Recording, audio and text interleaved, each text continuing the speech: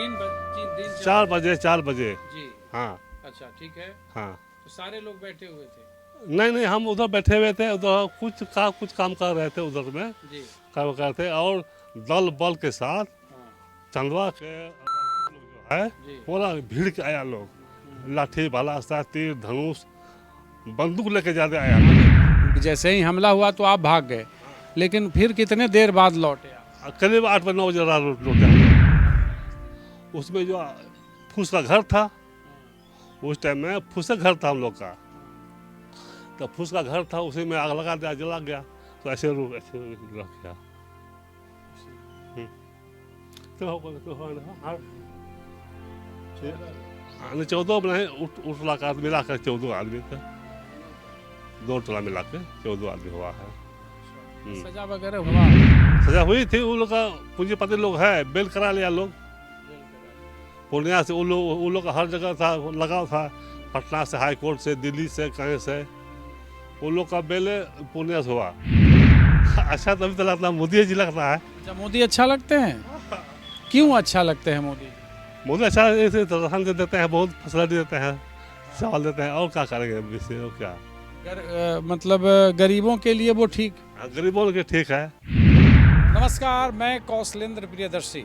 News for nation के चुनावी सफ़र में चलते चलते हम एक ऐसी जगह पहुंचे हैं जहां आज़ाद भारत में भूमि के मालिकाना हक को लेकर के पहला क्रूरतम नरसंहार हुआ था। ये जगह है पूर्णिया के धमदाहा प्रखंड का चंदवा रूपसपुर।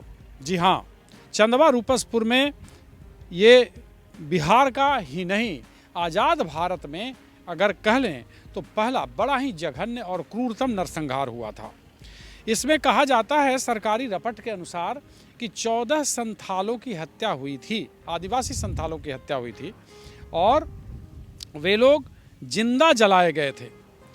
अब ये मतलब आप नाम देख सकते हैं उनका, ये स्मृति बनाया गया है, विधायक के सौजन्य से बनाया गया है। ये 22 नवंबर 1971।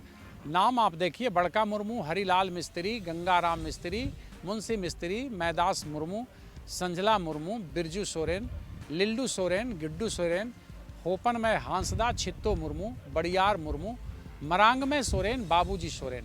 ये लोग थे जिनको इस नरसंहार में जिनकी मौत हुई थी, और ये मारे गए थे उस समय। यहाँ 300 बिघे ज़मीन की लड़ाई थी, और उसमें ये जो ज़मीन था उस पर जो चंदवा के ज़मींदार थे वे इनसे बटाई मांगते थे कि ये मेरी ज़मीन है, और लेकिन ये लोग कहते थे कि आप लोग हमें इसका रसीद दिखाइए, उसके बाद जो उपज होती है उसके बारे में हम आपको बताएंगे। लेकिन वही बजा रहा। और इसमें आपको सबसे हैरान करने वाली घटना है कि इसमें माने बिहार विधानसभा के अध्यक्ष लक्ष्मी नारायण सुधांशु, जिनका घर चंदवा था, उन्हें इसमें अभियुक्त बनाया गया था, और लक्ष्मी नारायण सुधांशु को हार्डिंग रोड बंगला नंबर 22 में हाउस अरेस्ट किया गया था। उनके बेटे प्रद्युम्न नारायण सुधांशु, उनके भतीजे रामाधार सिंह का नाम इसमें आया था, जो 4 बज रहा होगा। हम इसके बाद जो इसके चश्मदीद हैं एक लखन लाल मुर्मू, उनसे भी बात करेंगे, और उनसे चूँकि चश्मदीद थे और क्या हुआ था उस दौरान, ये भी हम आपको इसकी बात आपको बताएंगे।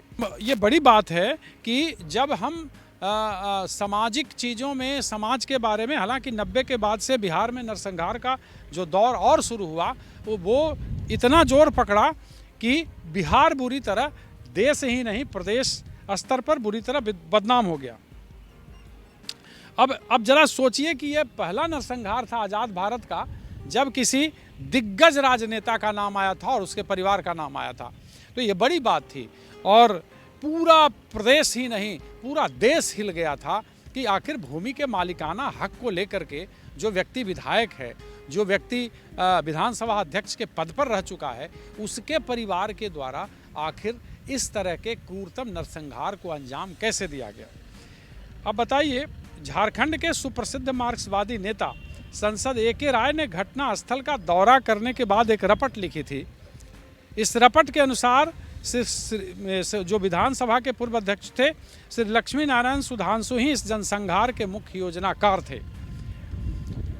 वे लिखते हैं कि जब मैं 4 दिसंबर 71 को पूर्णिया निरीक्षण के लिए गया था तो पूर्णिया अस्पताल में श्री ताला हेम्ब्रम जो घायल थे और मोहन बास्की जो बंदूक की गोली से घायल हुए थे ने आक्रमणकारियों में श्री लक्ष्मी नारायण सुधांशु तथा उनके पुत्र श्री पद्म नारायण सिंह, उन्हें ऐसे प्रद्युम्न नारायण सुधांशु का नाम भी आया था, नाम लिया था। पूर्णिया के जिला मजिस्ट्रेट ने घटना के समय लक्ष्मी नारायण सुधांशु की उपस्थिति की पुष्टि की थी। फिर बाद में मैंने जाना कि 3 आदिवासी स्त्रियों ने भी मुख्यमंत्री के सामने लक्ष्मी नारायण सुधांशु का नाम लिया था। ये बड़ी बात थी। और कर्पूरी ठाकुर के प्रेस कॉन्फ्रेंस और सीपीआई द्वारा सरकार से समर्थन वापस लेने की घोषणा के दबाव के बाद जो बिहार के मुख्यमंत्री थे, घटना के 6 दिन बाद 28 नवंबर को अपना मुंह खोला था। उस समय बिहार में संविध सरकार थी और मुख्यमंत्री भोला पासवान शास्त्री थे। ये बड़ी बात थी कि विधानसभा क्षेत्र से जीतकर आए और 1952 में लक्ष्मी नारायण सुधांशु आए थे और 28 नवंबर 1971 को प्रेस में दिए गए अपने बयान में मुख्यमंत्री ने उस समय कहा था कि यह बेहद अमानवीय, क्रूर और भीषण घटना है। इसकी मैं निंदा करता हूं और नरसंहार के दोषियों को दंडित करने में सरकार हरगिज नहीं चूकेगी। भला इससे ज़्यादा उस समय के मुख्यमंत्री जो थे वो कह भी क्या सकते थे, क्योंकि उनकी सरकार जो थी संविध सरकार थी और कुछ विधायकों के ही आश्रय टिकी थी। हालांकि यह सरकार फिर चली गई थी, यही नरसंहार की बलिवेदी चढ़ गई थी सरकार। तो ये आपको अब तो खैर बिहार में नरसंहार का दौर खत्म हो चुका है। अब बिहार में नरसंहार का दौर खत्म हो चुका है और लेकिन सवाल तो बड़ा है ना। इसीलिए हम चलते चलते यहाँ पहुँचे कि आखिर हम आप लोगों तक ये कहानी ले जाएं, आप लोगों से शेयर करें कि बिहार की बदनामी में पहला जो सबसे बड़ी भूमिका थी बिहार के बदनामी को लेकर के, ज़मीन को लेकर के, वो थी ये कि आप जो स्मारक देख रहे हैं वो उसका प्रतीक है। और जहां 14 आदिवासी संथालों को ज़मीन के लिए ज़मींदारों ने जिंदा जला दिया था और उसमें 36 लोग घायल हुए थे। जैसा मैंने बताया भी कि एक सांसद ने जब रिपोर्ट तैयार की थी जिसमें उन्होंने स्पष्ट कहा था कि जो गवाह थे ताला हेम्ब्रम और बाकी जो लोग थे उन्होंने, और 3 महिलाओं ने भी लक्ष्मी नारायण सुधांशु का नाम लिया था। तो राजनीति, भूमि माफिया का सियासत से इसका मतलब पुराना रिश्ता रहा है और उस रिश्ते की वजह से जो बिहार की सियासत है, बिहार का जो चरित्र जो दागदार हुआ वो इसी की वजह से कि राजनीति को चस्का था, मतलब भूमि माफिया के राजनीति का जो चस्का था, जो राजनीतिज्ञ थे उनका चस्का लगा था भूमि का, और वो धीरे धीरे भूमि माफिया में कैसे बदल जाते हैं। और इसका परिणाम हुआ कि बिहार में मालिकाना हक के लिए आदिवासियों को जिंदा जला दिया गया। चलिए चलते चलते जो हमारा चुनावी सफ़र में उसमें सियासत में इस तरह की भी बातें हुई है, और जबकि सियासी गलियारे में अब ये दफन हो चुका है ये बात, लेकिन याद इसलिए दिलाना ज़रूरी है कि यहाँ इस तरह की घटना भी हुई थी। भगवान न करे कि इस तरह की घटनाओं को दोहराया जाए, क्योंकि जब राजनीतिज्ञ जो नीति तय करता है उसकी नीयत बुरी होती है, जो सत्ता में बैठा होता है उसकी सियासत बुरी होती है, तो इसी तरीके से नरसंहार का जन्म होता है और बिहार बदनाम होता है। कुर्सी तो आने जाने का सिलसिला है, कोई सत्ता में कभी आता है कभी जाता है, लेकिन नीति अच्छी होनी चाहिए और उसके साथ नीयत भी। आज़ाद भारत का भूमि पर मालिकाना हक के लिए हुए नरसंहार की बात हम आपको बता रहे थे। हमारे साथ उस समय के चश्मदीद, जिनकी उम्र, जब हमला हुआ था रूपसपुर आदिवासी टोला पर, तो इनकी उम्र 18 साल थी। इनका नाम लखनलाल मुर्मू है। चश्मदीद बता रहे हैं कि आखिर भूमि के मालिकाना हक को लेकर चंदवा रूपसपुर नरसंहार हुआ, जो भारत के आज़ाद भारत में पहली दफ़ा बिहार में इस तरह की घटना ने सबों को हिला कर रख दिया। हमारे साथ लखनलाल मुर्मू जी हैं। लखनलाल जी, ये आप उस समय पूरी कहानी जो आपने देखा, आंखों देखी देखा आपने, हुआ क्या था और क्यों हुआ था, हमको पूरी घटना बताइएगा। घटना ऐसा हुआ जमीन के विवाद में जी हैं। जी उससे घटना हुआ कि रमदार सिंह जो है ना, वो लोग पूरा दल बल का आया लोग ठीक है। चंदवा से। आप कहाँ थे उस समय? हम उधर में थे, हम बैठे हुए थे हम। अच्छा। हाँ, और कितना कितना बज रहा था उस समय? 4 बज रहा था। दिन 4 बजे जी। हाँ अच्छा, ठीक है। हाँ। तो सारे लोग बैठे हुए थे? नहीं, हम उधर बैठे हुए थे, उधर कुछ काम कर रहे थे उधर में, जी। काम करते, और दल बल के साथ हाँ, चंदवा के लोग जो है जी। पूरा भीड़ के आया लोग, लाठी भाला सा तीर धनुष बंदूक लेके ज्यादा आया लोग हैं। तो वो हमला कर दिया। वहाँ से वो लोग जमीन के विवाद में वो लोग गया था वहाँ खोजने के लिए, सब दूर के मिट के चला आया लोग यहाँ पर गांव में, गांव को घेर लिया। ठीक है। हाँ, हाँ, घेर लिया। और चारों तरफ में से घेर करके सब को काटना शुरू किया। जमीन का क्या विवाद था? जमीन का वह है मन बटेदारी था। बटेदारी था। हाँ। हाँ, मतलब आदिवासियों और जमींदारों के बीच की लड़ाई थी, लड़ाई है। जिसमें विधानसभा अध्यक्ष लक्ष्मी नारायण सुधांशु के परिवार के लोग थे। अध्यक्ष थे उस टाइम में। जी, अध्यक्ष थे। अध्यक्ष थे। ठीक है। और सारे लोग डबगला था वहाँ पर, सारे राजपूत बैठा हुआ था, मीटिंग कर रहा था लोग। जी। वहाँ जो है चंदवा रपसपुर का, चंदवा का राजपूत लोग वहाँ मीटिंग कर रहा था डबगला में। खुद अपने सुधांशु जी भी थे। अच्छा, ठीक है। और वहाँ मीटिंग के बाद सब दौड़ के आया, 100 लोग ट्रैक्टर से लाठी भाड़ा घोड़ा से। कितना बीघा जमीन होगा उस समय? मतलब आप यहाँ आदिवासी उस समय कितने रहते थे? बहुत थे आदिवासी, करीब है 300 बीघा। हाँ, 300 बीघा जमीन है। अच्छा, 300 बीघा जमीन के लिए था। हाँ। अच्छा, ठीक है। हाँ, तो उसमें पहले भी बातचीत आप लोगों के बीच में हुई थी या नहीं हुई थी? इससे पहले समझौता को लेकर के कोई बातचीत हुई थी? हम लोग बीच में कोई समझौता नहीं। अच्छा, हाँ, वो एक बार लोग धावा मारा। तो आप लोग पहले से उस जमीन पे कब्जा था, आप लोगों का क्या था? हम लोग का जमीन कब्जा था। आप लोग वहीं खेती करते थे खेती करते थे। हाँ। अच्छा जी। तो वो जो बटेदारी चलते प्रथा जो है ना, बटेदारी हिस्सा मांग रहा था वो लोग। हाँ। तो हम लोग नहीं दिए, हम कहते रसीद दीजिए तब हम हिस्सा देंगे। अच्छा, रसीद मांग के। हाँ, हाँ। वही बात। मतलब जो फसल होती थी उस दौर में, हाँ। क्या फसल होता था उसमें? मकई अच्छा, होता था और नहीं था। तो उसमें आधा मांगते थे वो लोग? आधा बराबर आधा का बराबर मांगते थे वो लोग। अच्छा। हाँ, तो हम लोग कहे कि नहीं रसीद दीजिए तब हम लोग देंगे हिस्सा। हाँ। झंझट वही शुरू हुआ है। अच्छा, झंझट। हाँ। जिस दिन घटना घटी उससे पहले कोई बातचीत हुई आप लोगों को? कोई बातचीत नहीं। अच्छा, कोई बातचीत नहीं। ठीक है। फिर उसके बाद क्या हुआ? उसके बाद वो लोग चुप रहा। हाँ। इसके बाद अपना दल बल के साथ वो लोग मीटिंग किया। वो लोग हाँ। अपना में राजपूत से मीटिंग किया। हाँ। मीटिंग करने के बाद धावा बोल दिया सब। 4 बजे। 4 बजे। फिर उसको सब जुट गया, सब मैंने मारना शुरू किया लोग। यहाँ का संस्थान लोग को बंदूक गोली भाला भड़ासा जो हो हथियार मिला सब आया लोग। हजारों से ढेर लोग आया था लोग। यहाँ रिएक्शन में कुछ आप लोगों ने नहीं किया? माने इधर से भी कुछ रिटर्न मिला? हम लोग तो उस समय थे भी नहीं। हम लोग तो उधर बाजार जो सब गया था, यहाँ का गांव वाला सब बाजार, उसमें हाट था उस दिन। फलका बाजार था, उसमें हाट था, उसमें चला गया था बाजार मार्केट। तो सब लोग इधर उधर देखा धुआं लग रहा तो भाग गया आदमी सब। घर जो जला दिया तो जो आने वाला सब भाग गया सब। अरे भाई ये क्या हो गया? हाँ। फिर कितने बजे आए आप लोग उधर से तो देखे कि ऐसा हुआ? हाँ। भागे, जैसे ही हमला हुआ तो आप भाग गए, लेकिन फिर कितने देर बाद लौटे आप? करीब 8 बजे 9 बजे लौटे हम लोग। तब क्या स्थिति, मंजर क्या था यहाँ मंजर एकदम धुआंधार, कोई सुन था एकदम, कुछ नहीं। कोई थाना पुलिस ना, कोई नहीं। तब फिर क्या किया आप लोग उसके बाद? क्या हम लोग तो खबर के इधर उधर। थाना कितने बजे आया उस समय? रात को आया वो लोग, तो सुबह आया सब। सुबह आया।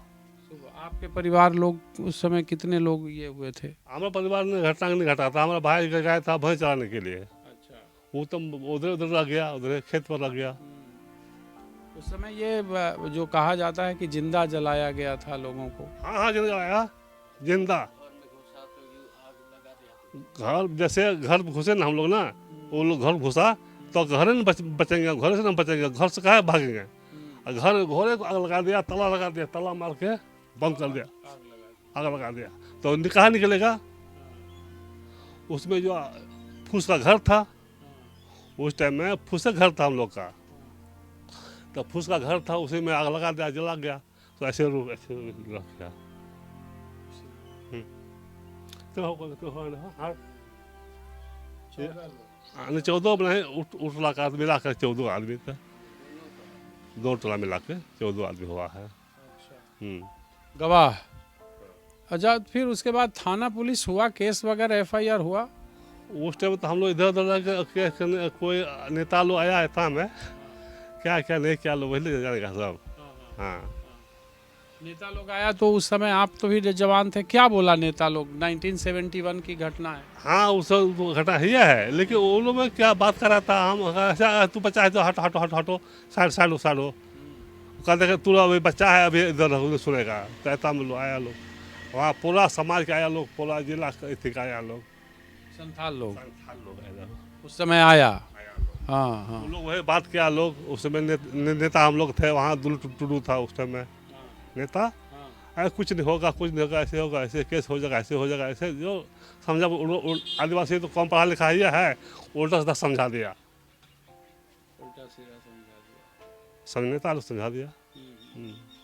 आज भी उसका गवाह है। अभी कितने लोग ऐसे हैं जो चश्मदीद हैं? अभी कहाँ कोई है, अभी है सो तुम। आप ही बचे हैं लगभग? हाँ, अभी बचे हैं, आप ही एक बचे हैं, यही मतलब गांव में? हाँ, गाँव में है। और उसको तो मर गया, गवाह था, सब मर गया सब। सारे लोग गवाह थे। क्या उसमें सजा वगैरह हुई थी? सजा हुई थी। वो लोग का पूंजीपति लोग है, बेल करा लिया लोग पूर्णिया से। वो लोग का हर जगह था लगाव था, पटना से, हाई कोर्ट से, दिल्ली से, कहीं से। वो लोग का बेल पूर्णिया से हुआ, सजा हल्का फल्का हुआ, और सबको बेल दे दिया सरकार। गवाहों ने अंतिम दम तक मतलब गवाही दी? हाँ, अंतिम गवाही दी। उस टाइम में थे मुख्यमंत्री थे भोला शास्त्री पासवान। भोला पासवान शास्त्री तो आप ही के यहाँ के? हाँ, वही थे। बैरगाछी? नहीं, वहाँ का है, वहाँ का है पूर्णिया बैरगाछी। हाँ, हम वहीं से अभी लोग आ रहे हैं। कजहा का है। नहीं, हम वहीं से आ रहे हैं।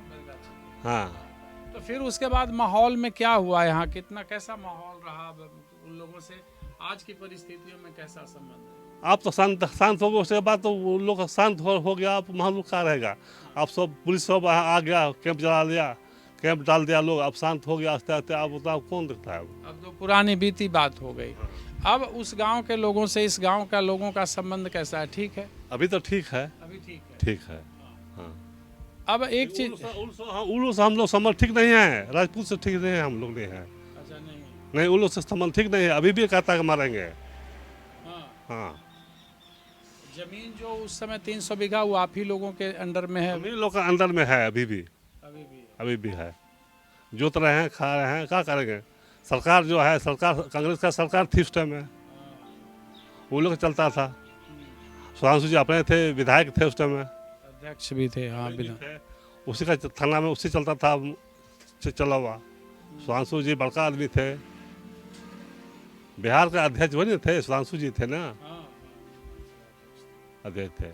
आपने कहता है पहले स्पीकर बोलता था लोग, उसके बाद बना इस्तीफा दे दिया वो भोला पासवान। इसके बाद कर्पूरी ठाकुर जी बना मुख्यमंत्री। हाँ, इसके बाद जो है अभी जो वर्तमान परिस्थिति है, या बाकी आप जो देख रहे हैं, जैसे आप स्कूल बन गया, या नीतीश जी का शासन काल आ गया, फिर उसके बाद 71 के बाद भी बिहार में काफ़ी नरसंहार हुआ, 90 के बाद भी। नहीं, ऐसा नरसंहार कहीं नहीं हुआ है। ऐसा नहीं हुआ, ऐसा कभी नहीं हुआ है नरसंहार यहाँ का, ऐसा कभी नहीं हुआ। कहीं छूट फूट हुआ है, लेकिन अब बिशुनपुर जाटलम हुआ है। मैंने यहाँ की बात में जहानाबाद से लेकर के, गया से लेकर मगध क्षेत्र की बात कर रहा हूँ, जहाँ नरसिंहार रोहतास जिला में हुआ था, नरसिंहार। हाँ, दलेलचक बघौरा में हुआ। हाँ, नरसिंहार 9 मंडल में हुआ है, रोहतास जिला में। हाँ, 89 में होता।